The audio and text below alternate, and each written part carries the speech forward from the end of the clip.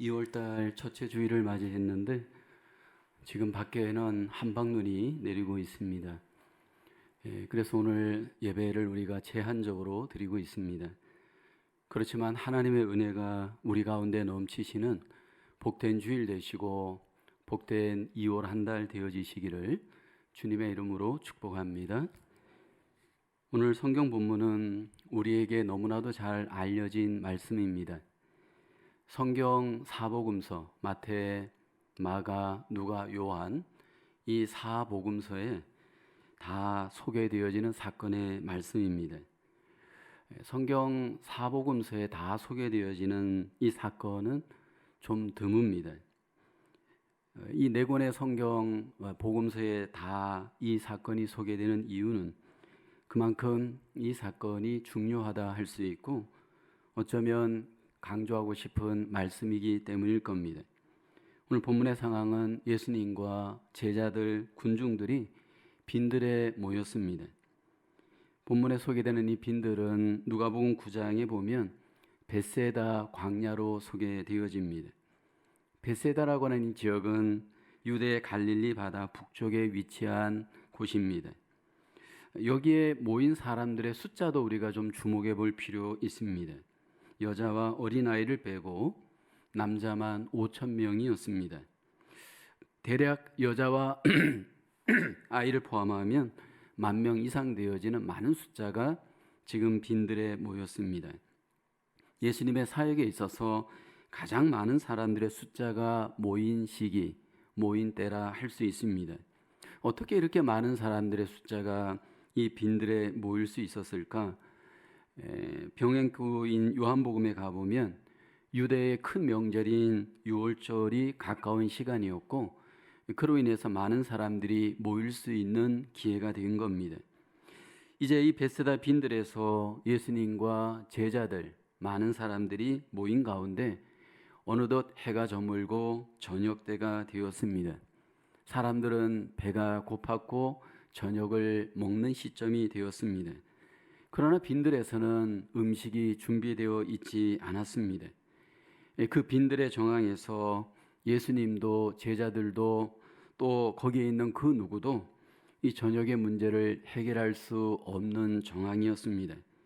빈들에서 저녁 때가 되자 배가 고픈 다수의 군중들을 위해서 본문의 제자들이 예수님께 이렇게 제안을 합니다. 사람들을 마을에 보내어서 각자 저녁을 좀 먹게 하면 좋겠습니다. 제자들이 그렇게 제안을 했을 때 예수님께서는 이 빈들에서 제자들과 다른 생각과 해결을 오늘 본문에 우리에게 소개합니다. 우리의 삶에 빈들의 상황이 때로 오곤 합니다. 경제적인 위기, 물질적인 위기, 이 위기는 반드시 우리에게 찾아와서 우리에게 위기가 되곤 합니다. 이러한 위기 가운데 있을 때 어떻게 이 문제를 해결할 것인가? 참 이 문제가 간단하지 않습니다. 이 빈들의 위기에서 주님께서는 이 문제를 어떻게 해결하는지 우리는 주목할 필요 있습니다. 위기라고 하는 단어 속에는 두 의미가 포함됩니다.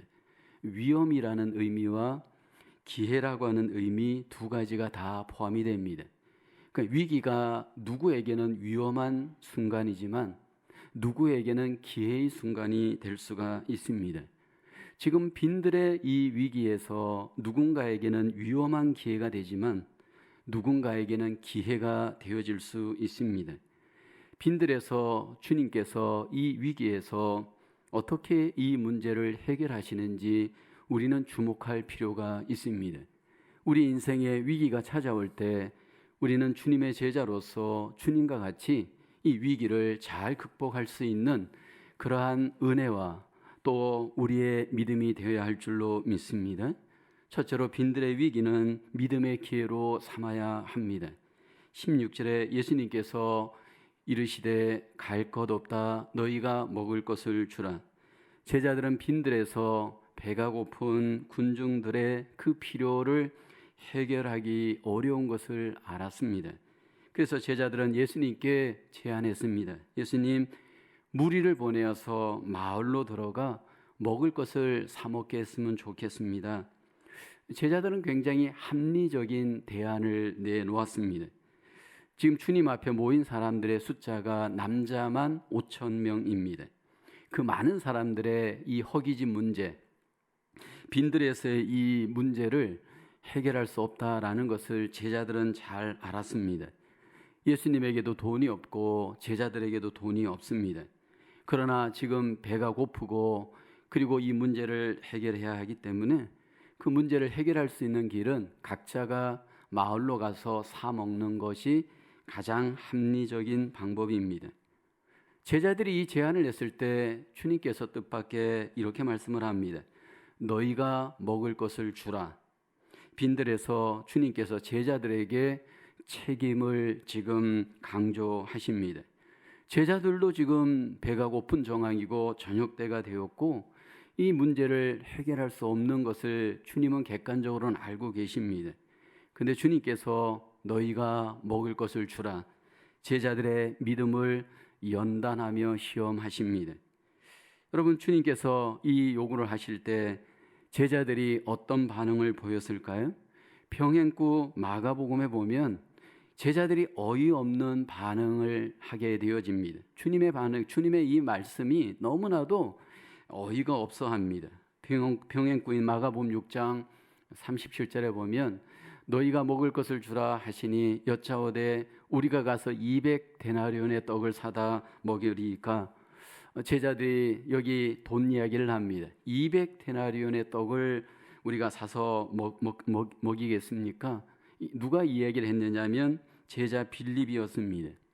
요한복음 6장에 가보면 빌립이 주님께 말합니다. 이 빌립이라고 하는 제자는 벳사다 출신입니다. 이 지역의 환경을 너무나도 잘 압니다. 그리고 빌립은 굉장히 이성적인 사람이었습니다. 빌립은 굉장히 좀 합리적인 사람이었습니다. 이 배고픈 문제를 주님께서 너희가 해결하라고 하자 200데나리온의 돈이라도 부족할 겁니다. 그렇게 주님께 말합니다. 200데나리온의 돈이 어느 정도 있냐면 한 데나리온이 미국 돈 하루 노동자 약 100불 정도입니다. 200데나리온은 최소한 2만 불 정도의 돈이 들어가야 되는 정황입니다. 이 빈들에서 이 사람들을 다 먹이려면 최소한 2만 불, 3만 불 정도의 돈이 있어야 합니다. 빌립이 합리적인 계산으로 주님께 이야기를 합니다. 사실 이게 빌립만의 의견이 아니고 거기 모였던 제자들의 의견일 수도 있습니다. 빌립이나 제자들이 그때 주님께 이렇게 반응을 했었더라면 어떻게 됐을까요? 믿음으로 주님께 이렇게 말하는 겁니다. 주님, 우리가 돈은 없고 눈에 보이는 떡은 없지만 주님께서는 이 문제를 해결하실 수 있습니다.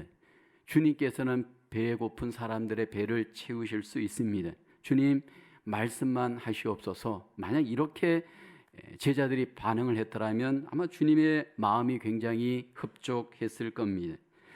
여러분, 우리는 제자들과 같이 빈들에서 먼저 계산합니다. 빈들에서 먼저 우리는 합리적인 생각을 앞세울 수 있습니다. 문제는 이렇게 계산을 하고 합리적인 생각으로 문제 앞에 우리가 해결을 원하지만 이성과 합리적인 계산으로 빈들의 위기를 극복할 수는 없습니다. 빈들에서 우리는 믿음이 있다 하지만 현실주의자가 되어서 이성과 계산으로 자꾸 우리는 마음속에 먼저 생각할 위험이 있습니다. 주님께서는 빈들에서 어떻게 이 문제를 해결해 가십니까? 너희가 먹을 것을 주라. 주님께서 말씀하시는 것은 인간적으로 이성적으로 보면 정말 황당한 말씀입니다. 주님께서 오늘 우리에게 먼저 이 빈들의 위기에서 우리에게 거룩한 믿음으로 그 빈들의 문제를 책임지기를 구하십니다. 우리는 많은 경우에 빈들의 문제가 나타나면 그 문제점을 지적하고 공격할 수 있습니다. 그 문제에 대해서 왜 그 문제가 일어났는지, 그리고 그 정황에서 여러 가지로 일어나는 부수적인 일들을 자꾸 우리는 비난하고 비판하고 판단할 수 있는 위험이 있습니다. 이렇게 저렇게 우리가 그 문제에 대해서 말은 하고 대안을 내놓지 못하고 해결하지 못하면서 그렇게 우리가 문제를 직면할 수 있는 위험이 있습니다. 배고픈 사람들의 문제, 이 빈들의 문제를 주님께서는 어떻게 해결해 가십니까? 주님께서는 먼저 그 광야에서 허기진 그 군중들을 먼저 바라보셨습니다. 14절을 보면 주님께서 큰 무리를 보시고 불쌍히 여기사 그 중에 있는 병자를 고쳐주십니다. 예수님께서 그 빈들에서 먼저 주님이 그 마음속에 그들을 불쌍히 여기셨습니다. 함께 느끼다 의미입니다. 그러니까 주님께서 그들이 겪는 그 아픔, 심지어는 그것의 배고픔의 아픔과 고통까지도 주님께서 먼저 가슴으로 느끼십니다.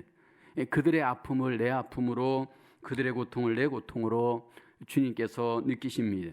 그리고 제자들에게도 주님께서는 이제 그들의 그 문제를 너희들의 문제로 생각하고 너희가 그 문제에 대해서 동참하는 책임, 믿음을 갖기를 기뻐하십니다.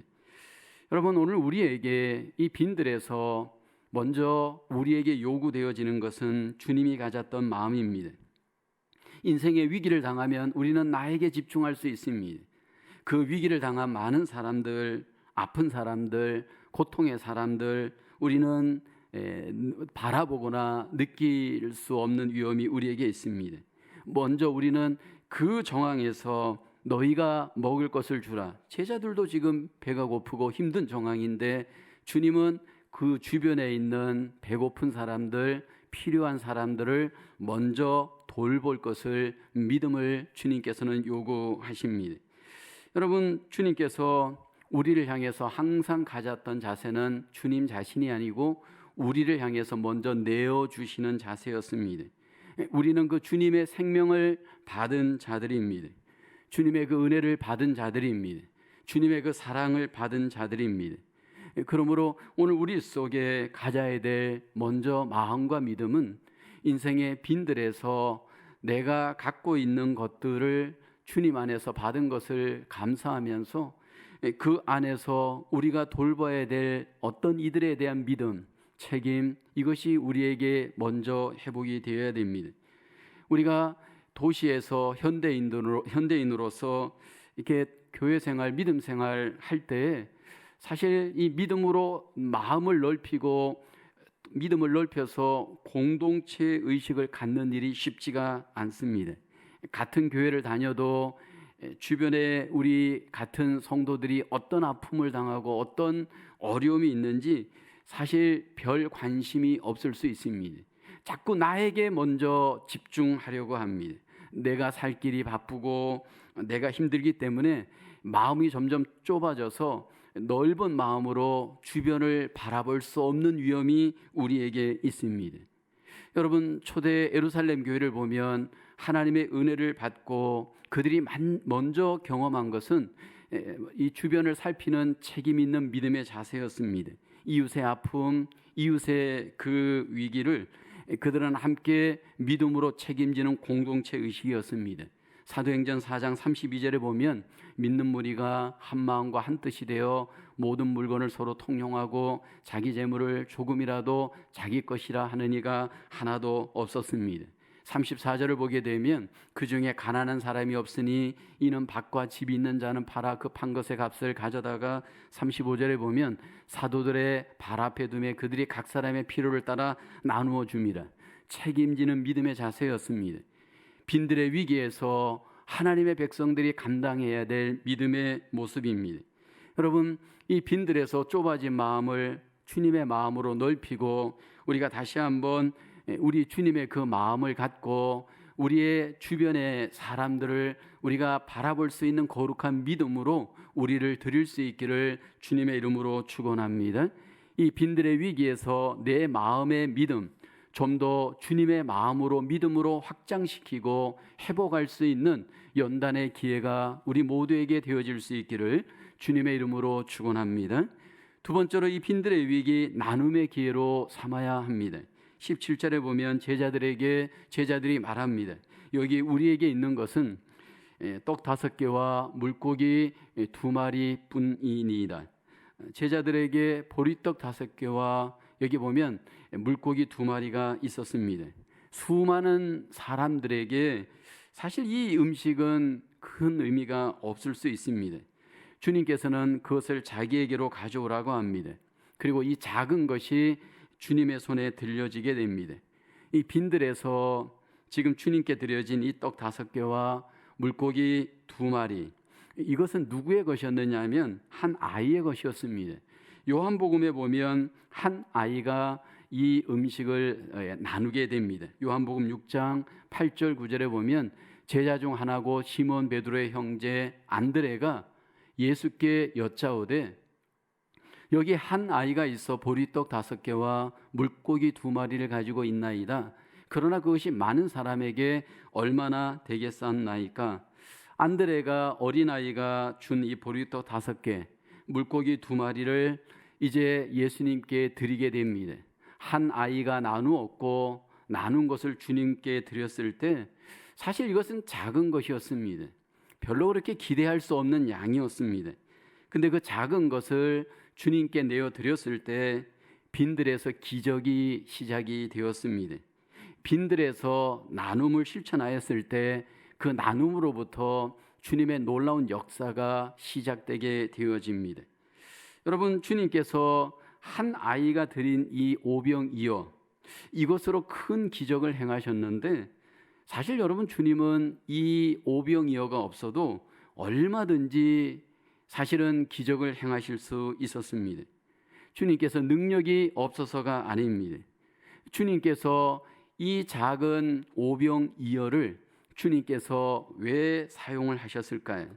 여러분, 주님께서 이 작은 것을 나눔으로써 주님께서 크게 일하시는 그 이유가 지금도 그렇게 일하시는 것, 우리에게 보여주고 알게 하시기 위함일 겁니다. 여러분, 우리가 이 땅에서 경험하는 모든 것들은 작은 것에서 시작이 되어집니다. 작은 물 한 방울이 모여서 강이 되어집니다. 그리고 그 작은 물이 이게 모여서 바다가 되어집니다. 사실 이 보리떡 5개와 물고기 2마리는 한 아이의 음식에 불과합니다. 그러나 이것을 나누었을 때, 주님의 손에 드렸을 때 놀라운 열매가 그 가운데 일어났습니다.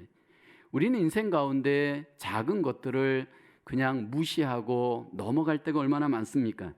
작은 것을 나누는 것, 별로 그것들에 대해서 가치가 없는 것처럼 여길 때가 얼마나 많습니까? 그러나 이 작은 것들을 믿음으로 주님께 내어드리고 우리가 서로 나눌 때 거기에 능력이 나타납니다. 거기에 주님의 놀라우신 역사와 열매가 일어날 수 있습니다. 요즘 우리가 수요일마다 느헤미야서를 함께 나누고 있습니다. 느헤미야 한 사람은 작고 미미합니다.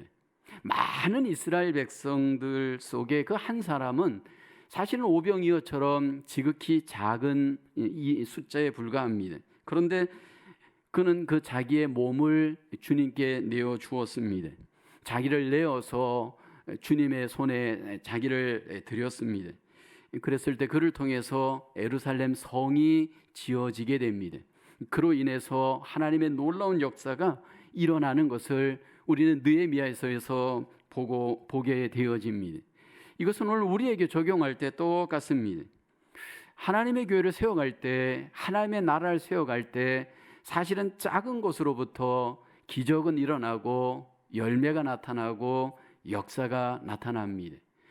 우리가 2016년 플러싱에서 사이오셋으로 무빙을 했습니다. 무빙을 했을 때 이 교회의 입장, 또 우리의 그 객관적인 정황을 보면 마치 빈들에 서 있는 느낌이었습니다. 우리가 그때 건물을 레노베이션 해야 됐고 또 사람들도 다시 세워가야 될 정황이었습니다. 마치 빈들에서 막막한 어떤 그런 느낌의 정황이었습니다.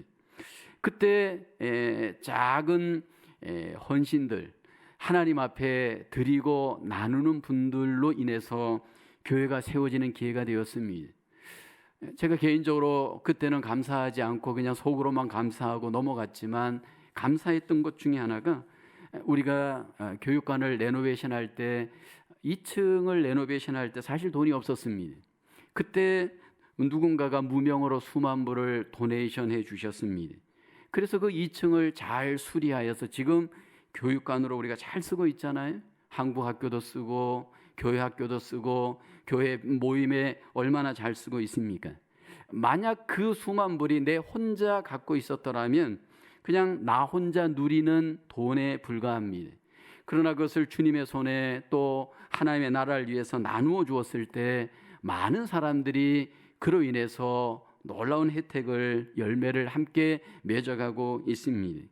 여러분, 우리가 나누고 베풀고 이렇게 하나님 앞에 드릴 때 거기에서 기적이 일어납니다. 거기에서 하나님의 놀라운 역사들을 나도 경험하고 또 나눔으로 인해서 많은 사람들이 경험하게 되어집니다. 구약의 엘리야가 사르밧 과부의 집을 방문한 사건이 소개됩니다. 그때 그 사르밧 과부는 인생의 가장 빈들의 위기를 맞이한 정황이었습니다. 엘리야 선지자가 아주 이 극심한 가난 속에 이 과부를 하나님께서 방문하라고 하였을 때 그 의도가 어디에 있었는지 처음에는 사실은 소개되지 않습니다. 집이 넉넉한 사람도 많이 있고 부자들도 있는데 왜 하나님께서 그 가난한 과부, 빈들에서 어떻게 보면 먹을 것도 없는 그 과부에게 가라고 했는가? 그리고 하나님께서 그 과부에게 엘리야가 이렇게 요청을 합니다. 나에게 내 손에 떡 한 조각을 내게로 가져오라. 그때 과부가 이런 얘기를 합니다. 열왕기상 17장 12절에 보면 그가 이르되 당신의 하나님 여호와께서 살아계심을 두고 맹세하노니 나는 떡이 없고 다만 통에 가루 한 웅큼과 병에 기름 조금뿐이라. 내가 나뭇가지 둘을 주워다가 나와 내 아들을 위하여 음식을 만들어 먹고 그 후에는 죽으리라. 마지막 음식이었습니다. 인생의 최악의 정황이었습니다. 그 빈들의 정황에서 엘리야가 그 마지막 남은 음식을 자기를 위해서 대접하라고 합니다.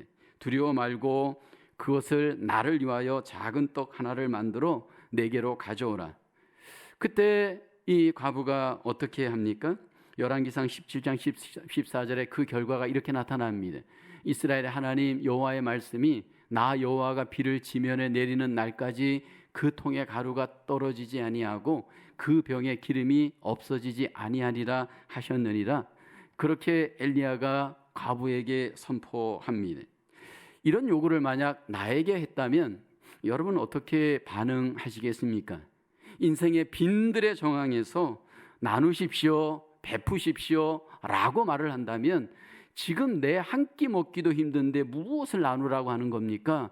그렇게 우리는 반발할 수 있을 겁니다. 그런데 여기 하나님께서 이 과부에게 나누라고 얘기합니다. 그리고 그 나눔의 결과에 대해서 분명히 하나님이 약속합니다. 그리고 난 뒤에 어떤 결과가 일어나느냐 하면 열왕기상 17장 16절에 여호와께서 엘리야를 통하여 하신 말씀같이 통에 가루가 떨어지지 아니하고 병에 기름이 없어지지 아니하니라. 여러분, 나눔은 실제적으로 보면 마이너스가 나오는 것이 현실입니다.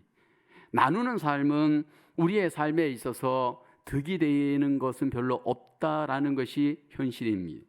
그런데 하나님께서는 우리 인생 속에 빈들의 정황에서 마이너스의 정황에서도 우리가 나눌 때 거기에 플러스가 일어날 것이고 거기에 곱하기의 역사가 나타날 것임을 말씀을 합니다.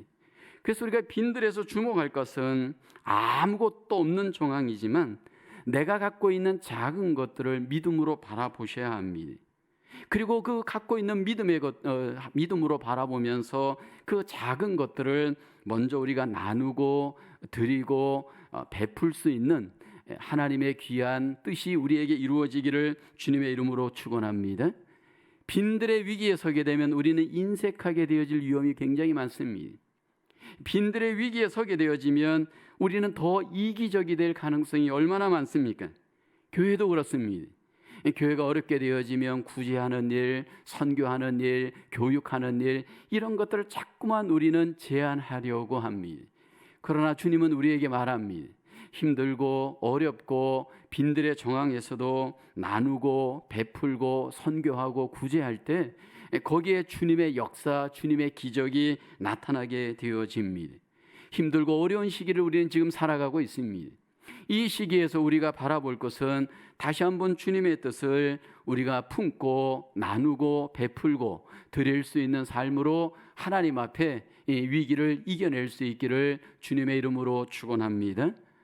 세 번째로 빈들의 위기, 순종의 기회로 삼아야 합니다. 19절에 보면 주님께서 이 빈들에서 이렇게 명합니다. 무리를 명하여 잔디 위에 앉히시고 떡 5개와 물고기 2마리를 가지사 하늘을 우러러 축사하시고 떡을 떼어 제자들에게 주시매 제자들이 무리에게 주니라고 말씀을 합니다. 여기 보면 주님께서 빈들에서 앉을 것을 말합니다. 그리고 제자들에게 이 떡과 이 생선을 나누어 줄 것을 또 주님께서 명합니다. 이미 저녁 때가 되었고 광야의 많은 사람들은 이제 그 자리를 떠나려고 하는 정황이었습니다. 여러분, 배가 고프고 떠나려고 하는 정황에서 그 빈들에 있는 사람들, 빈들에 있는 제자들에게 앉으라고 명합니다. 여러분, 이것이 사실 쉬운 일이 아닙니다. 지금 정황적으로 앉을 시기가 아닙니다. 빨리 일어나서 집으로 가든지 어떤 문제를 해결할 수 있는 그러한 타이밍을 지금 행해야 합니다. 저녁 때가 되었고 배가 고픈 정황에서 이 앉으라고 하는 이 명은 이해가 불가능한 말입니다. 왜 앉아야 하는지 이유도 모르고 여러분 앉아가지고 또 기다려야 되고 하는 것이 쉬운 일이 아닙니다. 사실 우리가 인생의 빈들의 정황에 가면 먼저 마음이 조급해집니다. 그리고 그 빈들의 정황에서 우리는 빨리 그 위기에서 탈출하기를 우리 스스로 노력하려고 합니다. 그래서 내 방법, 내 계획을 빨리 진행하고자 합니다. 지금 같으면 서치를 빨리 할 겁니다. 셀폰을 통해서 어떻게 이 정황을 내가 탈출할 것인가? 그래서 스스로 해결 방법을 여러분이 서치해서 내가 빨리 문제를 해결하려고 우리는 도전할 겁니다. 근데 오늘 본문에서 주님께서는 주님의 뜻에 먼저 듣고 순종하기를 원하십니다.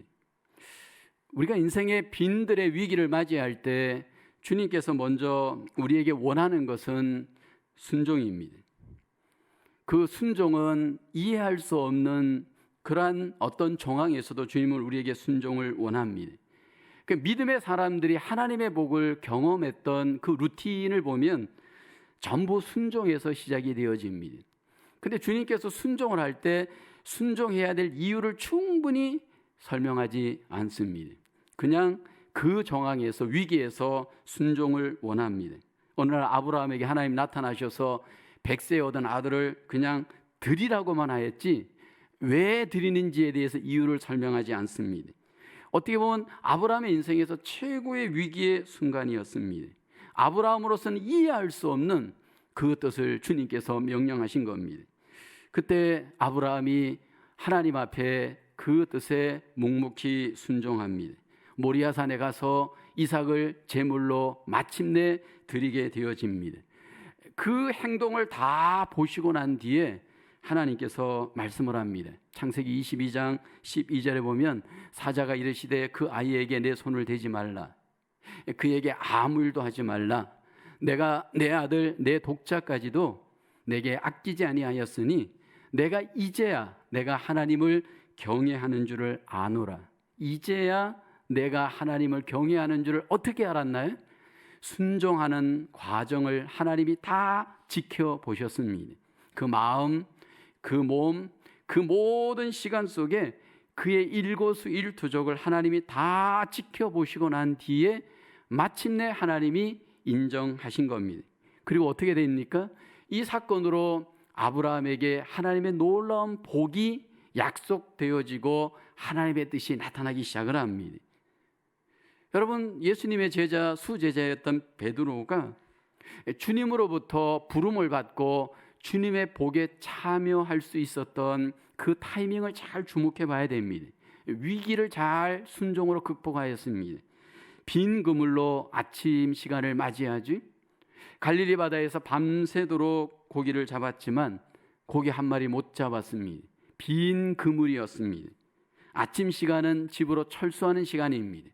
아침 시간은 이제 배에서 나오는 시간이고 고기 잡는 일을 그치는 시간입니다. 근데 주님께서 그 베드로에게 오셔서 말씀을 하죠. 이제 그물을 내려서 고기를 잡으라. 순종을 요구합니다. 그때 베드로가 주님께 질문하지 않습니다. 그냥 주님의 말씀에 순종합니다. 누가복음 5장 5절에 보면 시몬이 대답하여 이르되 선생님 우리들이 밤이 새도록 수고하였으되 잡은 것이 없지만은 말씀에 의지하여 내가 그물을 내리리이다. 그물을 내렸습니다.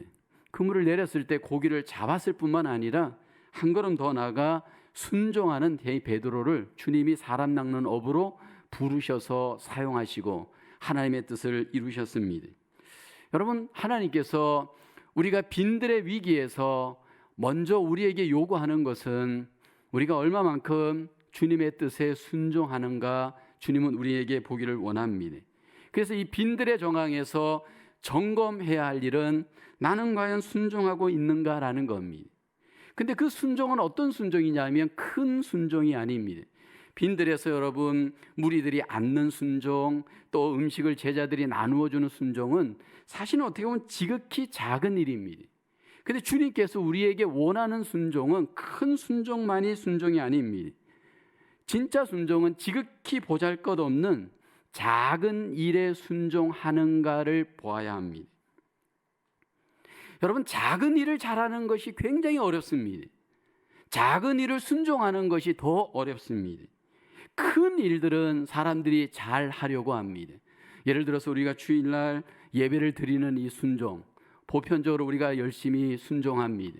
왜냐하면 이것은 그래도 큰 일이다 생각하기 때문입니다. 이런 일들은 누가 시키지 않아도 시간이 되면 우리의 몸을, 시간을 구별하여서 하나님 앞에 순종하여 예배하려고 합니다.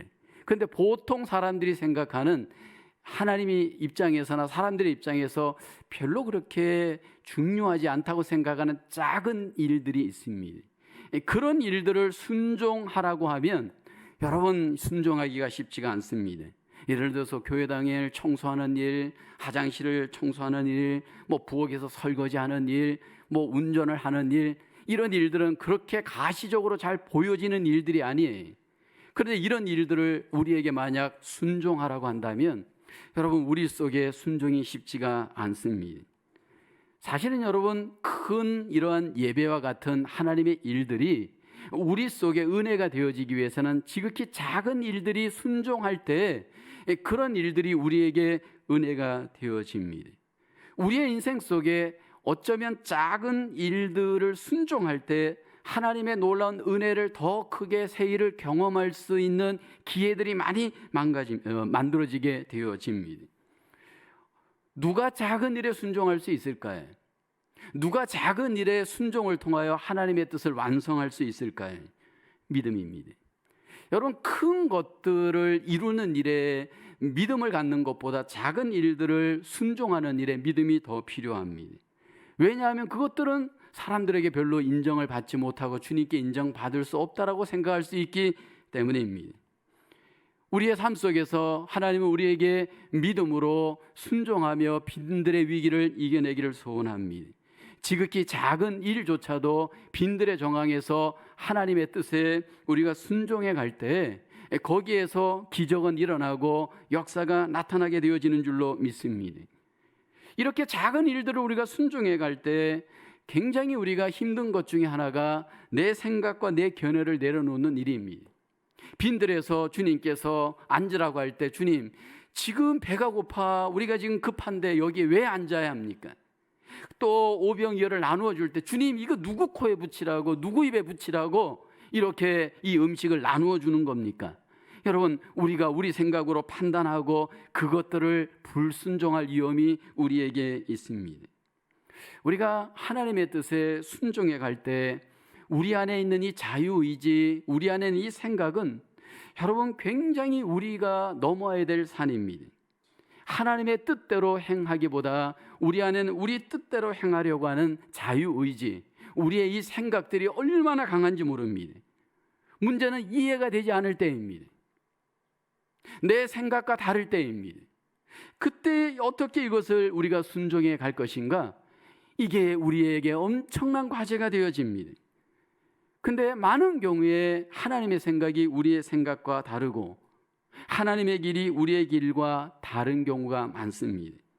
근데 분명히 인정할 것은 하나님이 땅이 높음 같이 분명히 하나님의 길은 우리의 길보다 높고 하나님의 생각은 우리의 생각보다 높습니다. 우리가 지극히 작은 것 하나에서부터 하나님 앞에 순종해 갈 때 거기에 하나님의 놀라우신 기적, 역사를 경험하게 되어집니다.